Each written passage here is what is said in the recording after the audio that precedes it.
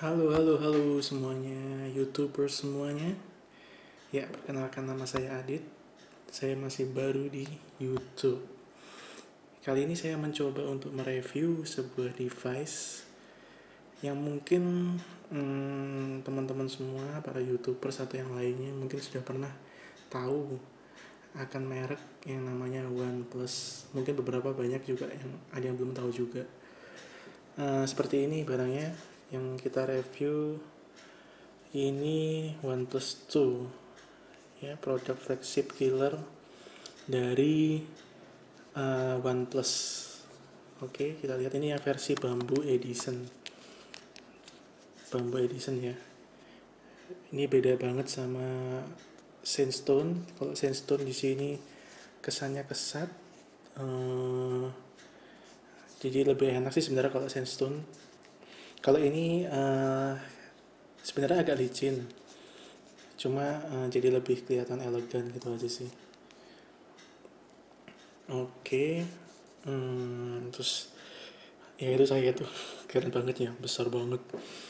Nah, pertama ya kita kulik dulu adalah mungkin di sini belum banyak juga para YouTubers yang belum tahu bahwa sebenarnya produk OnePlus ini asalnya yaitu dari Oppo ya, tapi sebenarnya bukan Oppo sih. Jadi istilahnya dulu banyak Oppo yang namanya Pitlau itu keluar dari Oppo dan akhirnya dia mendirikan sendiri pabrik bernama OnePlus, gitu ceritanya.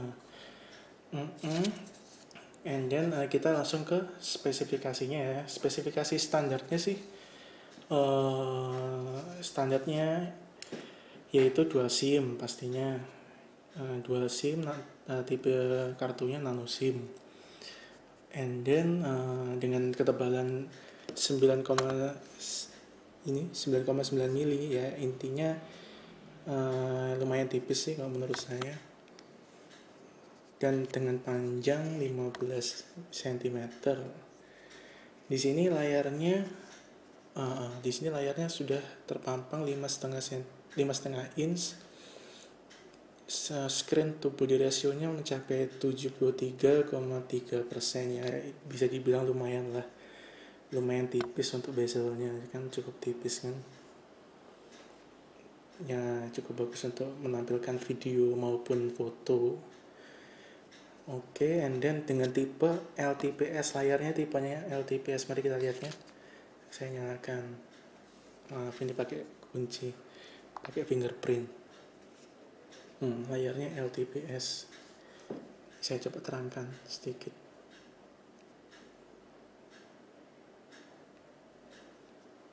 Nah, viewing angle-nya cukup bagus, bisa dilihat di sini. Hampir rata ke permukaan. Ya. Bisa dilihat sendiri kan. Nah, jenis LTPS ini sendiri yaitu dari singkatan Low Temperature Polysilicon.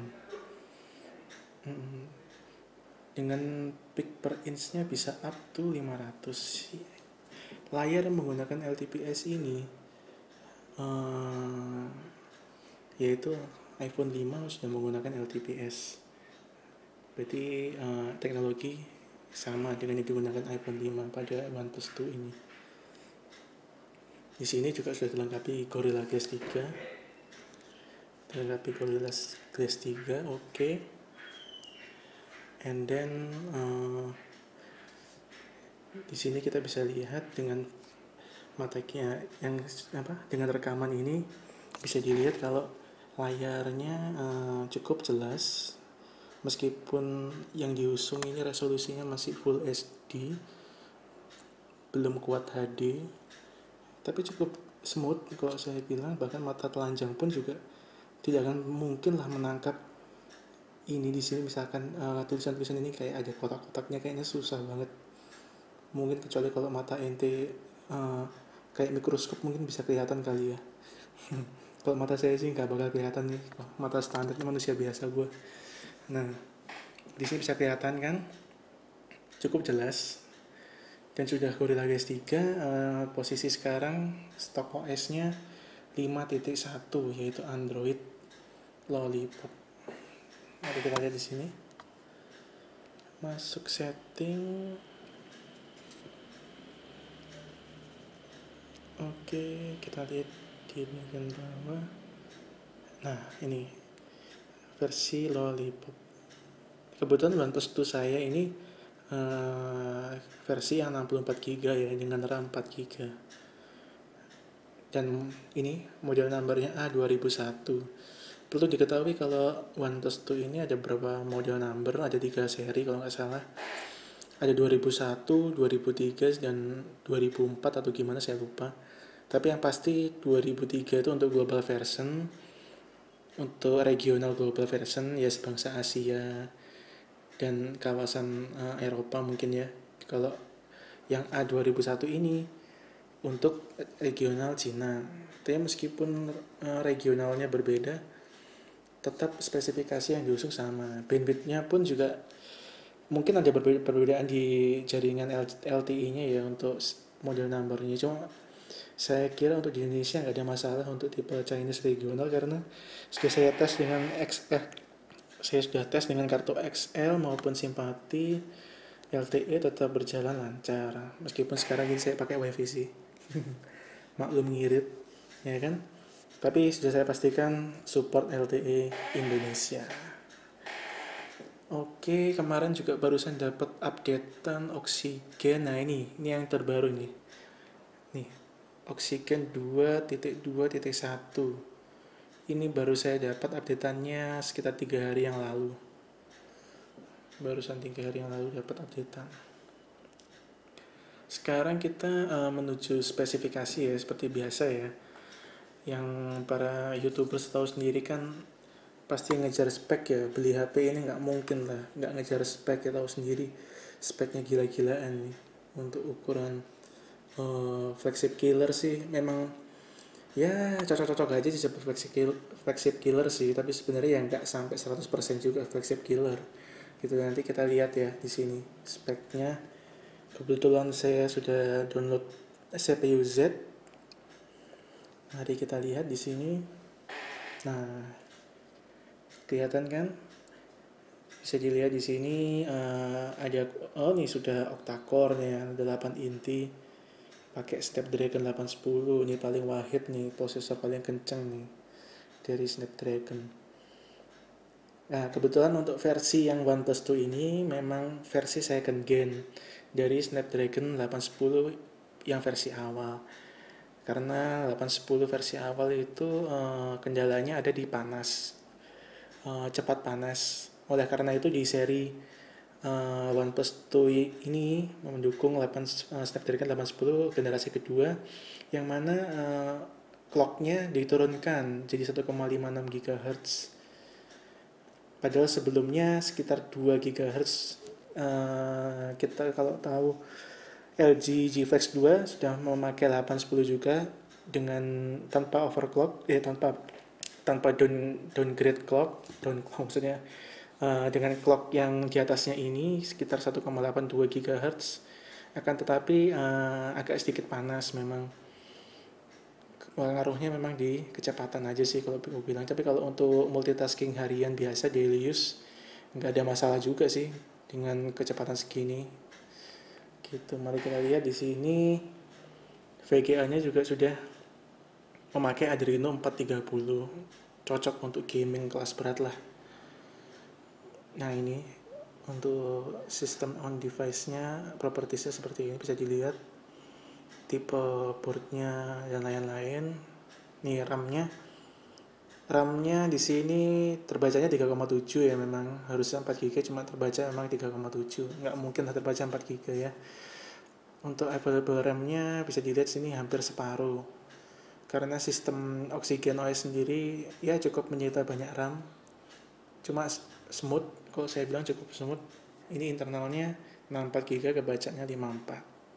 Oke, lumayan lah. Oke, bisa dilihat di sini standar aja. Oke. Ya, muncul lah ini iklannya, nggak jelas nih. Ndemplong nih.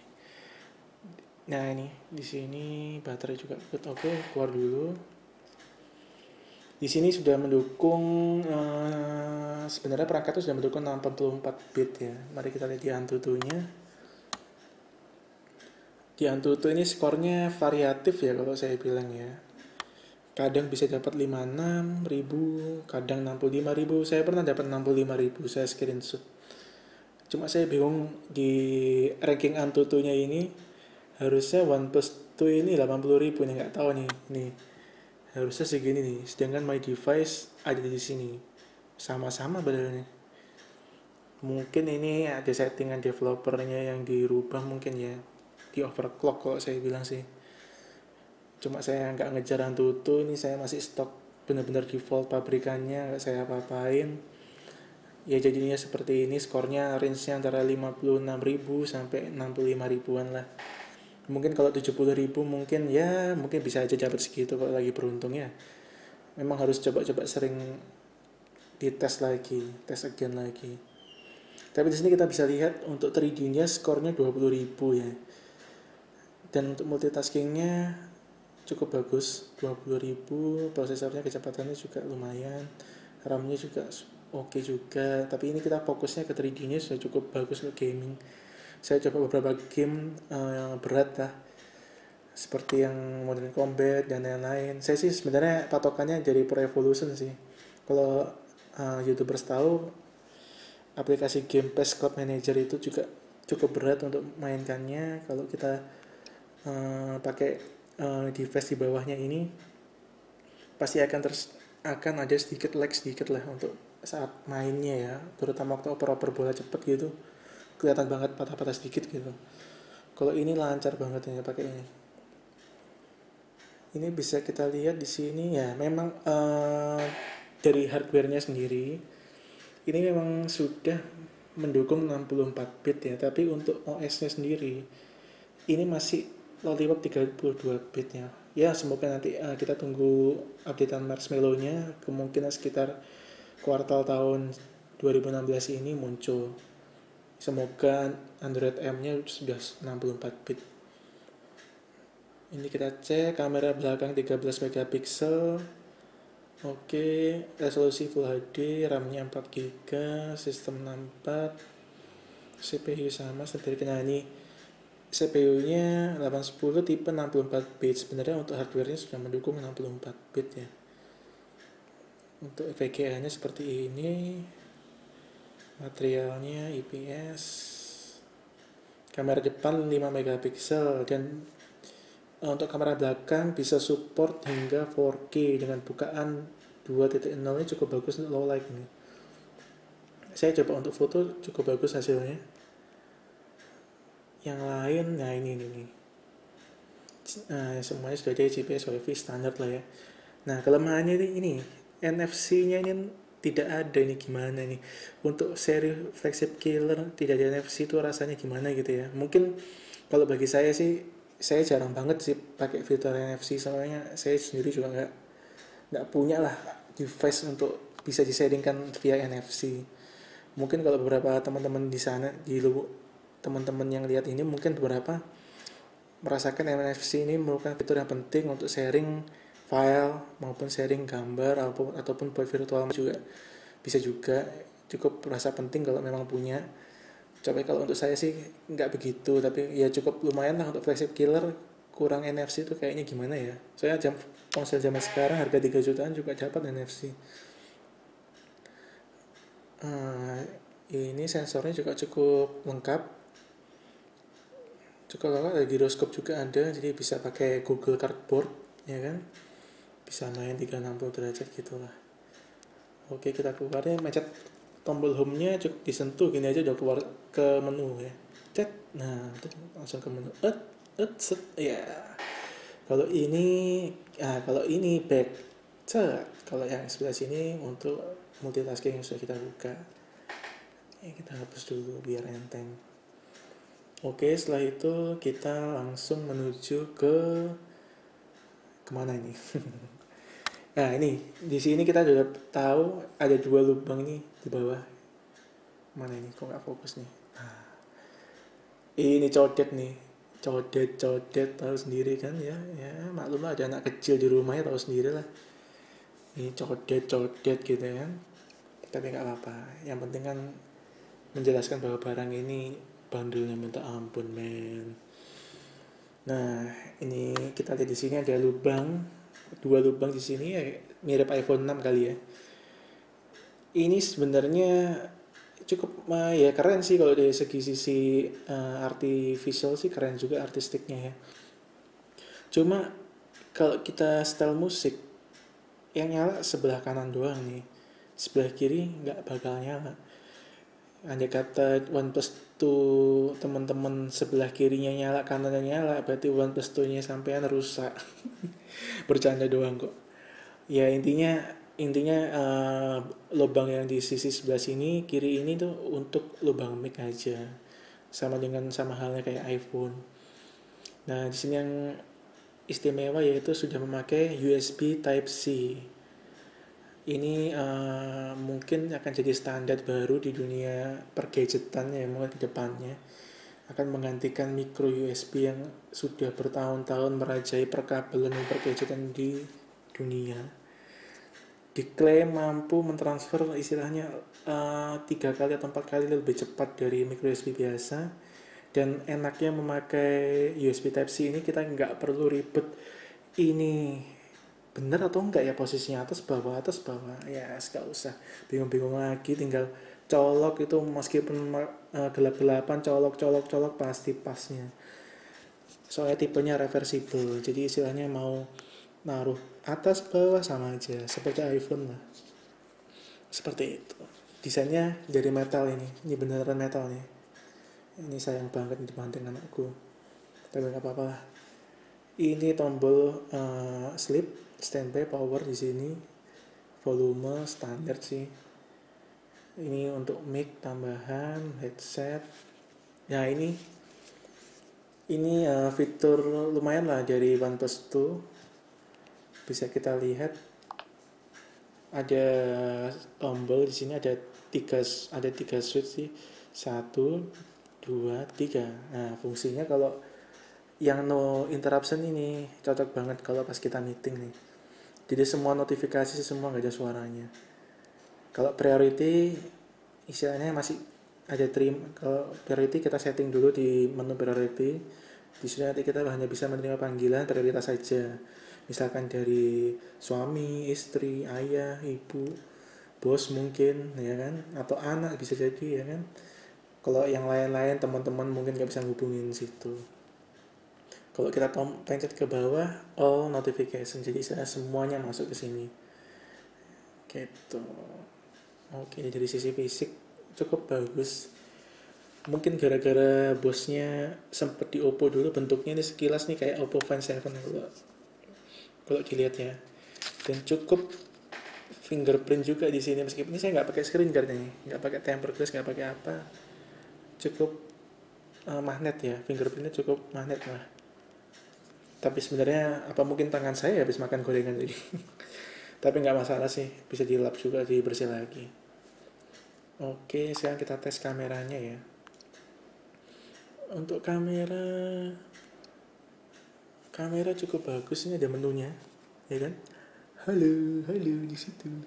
Nah, ini kalau kita geser gini akan ada menu, ada time lapse, ada slow motion, foto, video, manual, panorama. Ini bisa manual fokus loh bro. Oke, beneran ya. Ini manualnya di mana ya?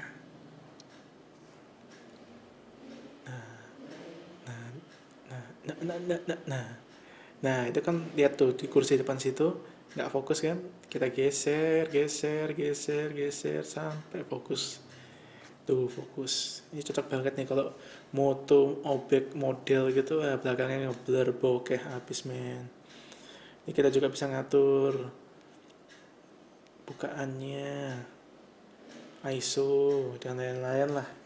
Saya mah ribet kalau gini, mending pakai langsung foto aja, langsung auto ya kan.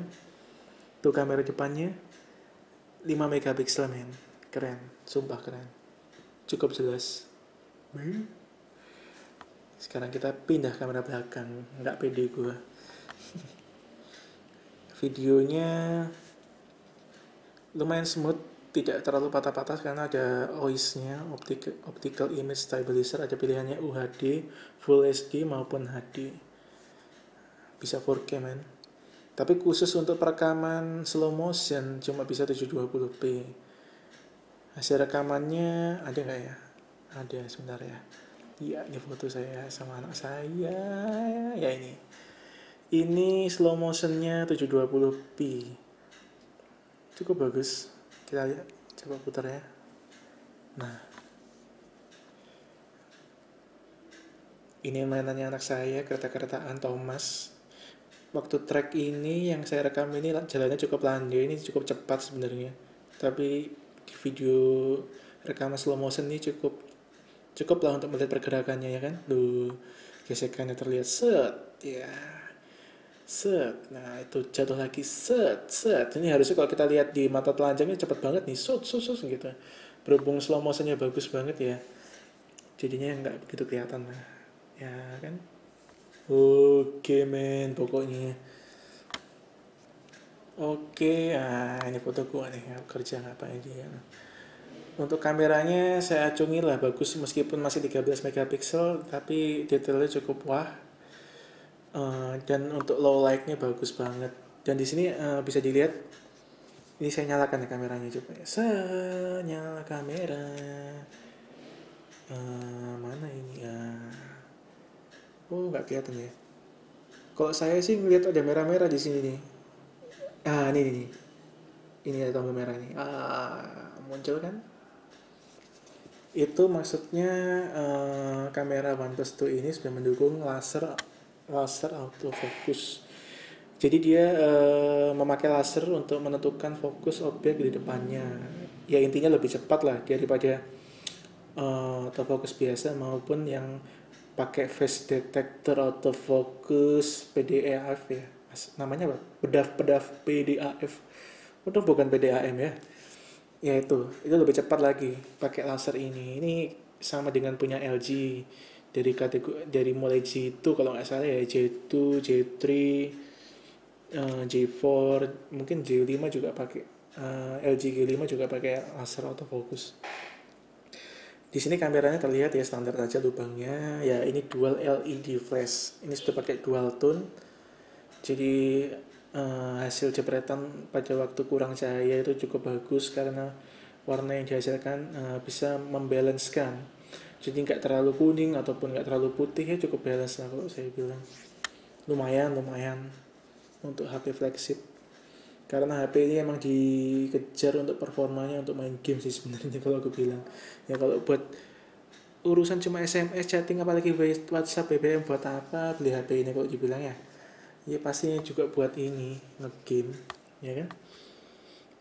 Terus apa lagi ya, oh ya harganya sih, kalau harganya range-nya antara 6 jutaan ya, ada hampir 7 lah, antara 6 sampai 6,7 barunya ya. Itu resmi.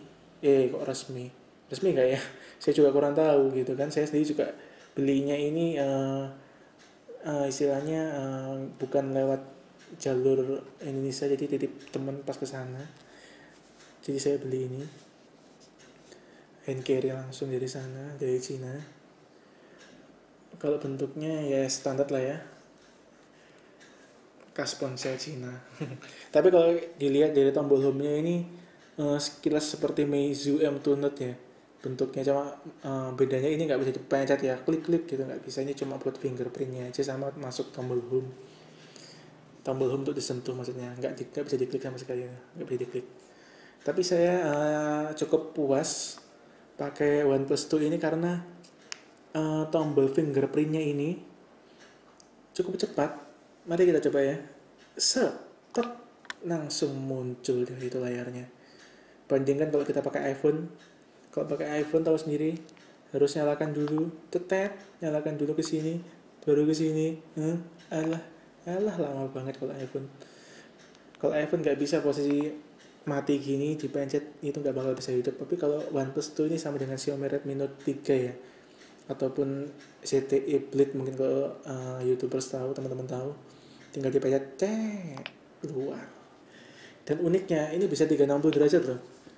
Ini saya balik ya, saya giniin, dia masih baca men.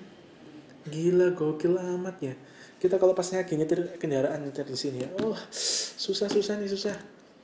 Gimana ya ini ya, gini doang, buka dia, ya kan. Eh, Kalau saya bilang sih ininya patut diacungi jempolnya, nggak satu dua, ini dua jempol untuk fingerprintnya. Gila abis.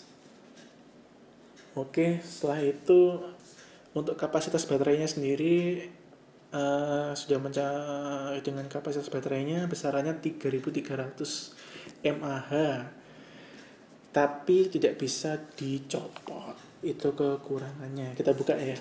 Ini saya buka ya covernya ya. Ya, coba-coba review ya, siapa tahu berguna ya. Kita lihat di sini covernya. Ini bahasa Chinese habis ya, nggak paham gue ini bahasanya, ini artinya yang gue paham cuma ini yang doang, angkanya doang. Di sini ya, di sini benar-benar tertutup, akses untuk baterainya pun tidak terlihat di sini, seperti yang bisa dilihat. Tapi di sini ada ya ini tempat untuk kartu nano SIM. Ini nggak saya tarik soalnya masih nyala ya. Ini tinggal ditarik ini aja, set, buat slot kartu. Ada 2 slot masing-masing. Ukurannya nano SIM ya. Ingat ya teman-teman, nano SIM bukan micro SIM. Sama seperti punya iPhone kartunya ukurannya. Oke, belakangnya standar aja, simple seperti ini. Cuma ada slot untuk SIM doang. Kita tutup lagi biar nggak masuk angin. Oke, kita tutup lagi. Oke, sudah tertutup. Mari kita lihat di sini. OnePlus 2 ini kekurangannya yaitu tadi tidak ada micro SD. Itu kekurangannya, benar-benar kekurangan kalau menurut aku sih. Cuma ya kalau untuk ukuran yang 64 GB sih kalau aku pikir sih ya nggak terlalu bikin jadi kekurangan lah. Soalnya sudah cukup besar, sisanya juga masih banyak. Kecuali kalau kita beli yang versi 16 GB mungkin kurang banget. Jujur kurang banget kalau kamu beli ini yang versi 16 GB. Saya sarankan jangan beli yang 16 GB, belinya langsung yang 64 GB ya. Biar bokek-bokek sekalian tuh. Dan untuk baterai juga gitu jadi kelemahan, nggak bisa dicopot. Terus USB-nya tipe C ini juga mungkin kalau pas kita nggak bawa charger gitu, kelupaan gitu kan di kantor gitu atau di mana, bingung pinjem punya siapa, pasti nggak bakal ada juga yang punya. Kebanyakan micro USB, jadi siap-siap aja selalu bawa kabel USB-C kemana aja apabila kamu beli HP ini, ya kan. Dan CPU-nya juga sudah downgrade, downclock. Ya meskipun nggak terlalu efek ke multitasking, cuma mungkin efeknya ke skor Antutunya yang mungkin nggak bisa ekstrim ya. Dan itu tadi NFC tidak ada. Terus tidak support quick charging, juga nggak support. Cuma kalau untuk ngecas biasa sih, saya sih standar ngecas 2 jam juga udah penuh gitu loh. Dan awet, kalau saya bilang sih bisa 1,5 hari pemakaian normal ya, bukan pemakaian ugal-ugalan. Sepertinya kelemahannya cukup itu aja sih. Kalau yang lainnya sih cukup sudah benar-benar flagship killer kalau gue bilang, meskipun nggak 100% flagship killer, mungkin ya sekitar 90% lah. Karena dengan spek seperti ini mungkin cuma bisa kita dapatkan pada ponsel-ponsel bermerek lainnya seperti Samsung, Motorola, LG, entah yang lain-lain itu dengan harga yang mungkin hampir 2 kalinya harga ini. Mungkin range antara 9-10 juta baru bisa dapat spek yang sama dengan ini. Sedangkan OnePlus 2 ini harganya cuma di rentang antara ya sekitar 5 ya, antara 6 sampai 6,5 juta barunya untuk 64 GB. Oke, untuk reviewnya saya kira udah cukup lengkap ya. Apalagi yang kurang ya? Menunya cukup smooth dan lain-lain, sudah nggak ada masalah. Untuk gestur ya. Di sini cukup lumayan, ini juga memudahkan juga. Ada fitur double tap to wake. Ini nggak saya aktifkan soalnya saya pakai fingerprint, jadi nggak terlalu berguna juga gitu kan. Dan juga saya lumayan lah untuk menghemat baterai ya. Ini kan kalau di on kan otomatis adalah sensor-sensornya yang di dalamnya ini standby lah, untuk misalnya kita ketuk 2 kali kan pasti mereka standby ya. Kalau saya sih cukup pakai fingerprint ini aja yang standby, yang biarkan layarnya ini benar-benar off. Saya coba aktifkan double tap to wake, tuk tuk, nyala deh, tuk tuk. Nggak bisa ya. Ya ini buka set. Nah, saya nonaktifkan lagi. Dan seperti biasa. Jadi kalau ini draw and O to open camera, kita coba set, draw O, langsung muncul ke kamera. Ya seperti ponsel-ponsel kebanyakan zaman sekarang ya, ada shortcut model gini, memang sudah standar kalau saya bilang. Saya matikan lagi fitur gesturnya karena ya nggak terlalu guna kalau buat saya sih, dan juga bisa ngirit baterai. Kalau untuk display di sini ya, di sini ada color balance. Color balance itu fungsinya untuk mengubah warna ya. Warnanya jadi ada agak kekuningan maupun agak cool ya, warm atau cool. Kalau ini agak kuning, kalau ini agak kebiruan. Saya sih suka tengah-tengah sini, nggak terlalu suka kekuningan juga sih. Nah, di sini muncul beberapa lock screen dan lain-lain standar ya.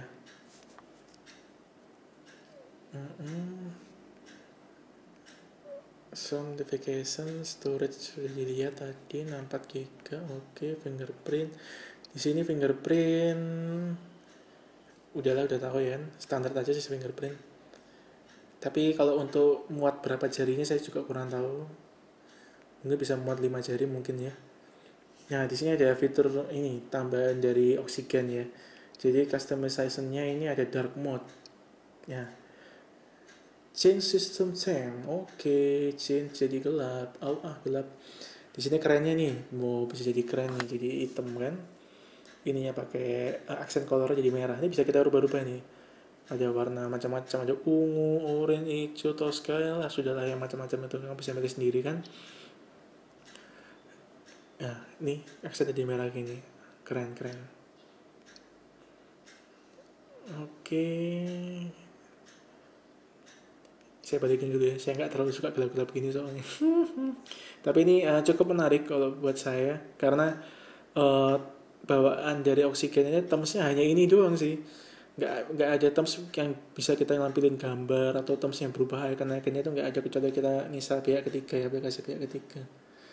Untuk LED notifikasi ini ada, jadi istilahnya untuk notifikasi global, kalau ada SMS, telepon, baterai full, charging, low ini warna merah, kalau full warna hijau. Ini bisa ganti-ganti warna juga ini lampunya. Ya kan, kebetulan nggak ada ini yang masuk, jadi ini nggak ada notifikasi. Tapi ada lampunya kalau nggak salah sekitar sini, kalau nggak sini lupa saya. Itu. Oke, and then SIM cardnya sudah mendukung 4G LTE, nggak usah khawatir. Location, security, oke, semuanya sudah saya bahas di sini. Kelemahannya mungkin apa ya? Kalau saya sendiri sih jujur ya, ini kalau misalkan fitur oksigennya enaknya kalau kita geser ke kiri, set, nah bisa terlihat recent app yang telah kita buka sebelumnya, kayak ini nih. Saya paling sering buka aplikasi WhatsApp BL ini ya, biasa lah ya. Dan frequent kontak juga bisa kelihatan di sini nih. Nah, ini bisa kelihatan nih. Yo. Bisa kelihatan siapa aplikasi terakhir ataupun yang banyak dipencet. Ini kalau saya sendiri sih jujur, kalau kekurangan tadi sudah saya sebut ya, tapi kalau untuk masalah OS-nya sih, ini sebenarnya ada app drawer di sini set gitu kan. Cuma saya sendiri kurang menyukai sistem yang pakai app drawer ini. Mungkin beberapa orang aja suka pakai app drawer ini karena jadi lebih rapi di depannya kan ya. Tapi kalau saya sih lebih cenderung semua mending tumpah di depan, nggak pakai app drawer kalau saya. Tapi nggak tahu lagi kalau menurut teman-teman semua di sana ya kan. Kalau itu saya sih cukup itu aja. sudah nggak ada yang perlu di review lagi. Kamera depan, belakang semua oke. Oh iya, saya lupa sih review speakernya ya, kerasa seberapa nih. Moga-moga wifi nya lancar.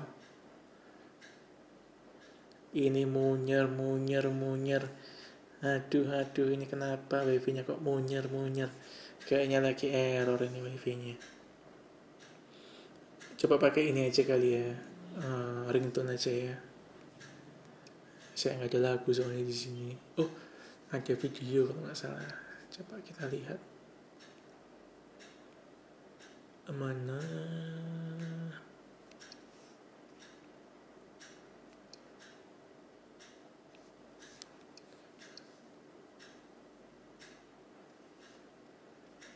Ya. Apa ini? Suaranya cukup kencang kan? Saya kecilkan ya.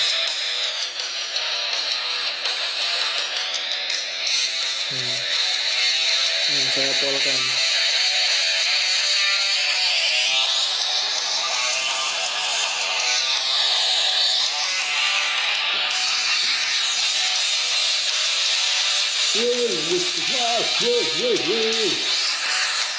Kenceng kan? Ini bukan saya, bukan. Tahu dapat dari WhatsApp. Tahu tuh kiriman dari WhatsApp, gila men. Itu tes suaranya cukup kenceng meskipun speakernya cuma ini doang yang nyala, ya kan? Cukup kenceng. Saya akuin cukup kenceng speakernya, bagus. Maaf ya nggak ada lagu-lagu, saya adanya video WhatsApp doang tadi. Itu aja sih, cukup dari saya.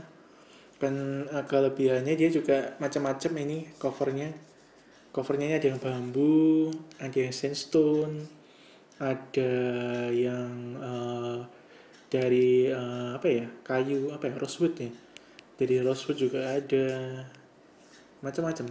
Kalau untuk covernya ada 4 pilihan, kalau 4 aksen pilihan, kalau nggak 3 saya lupa.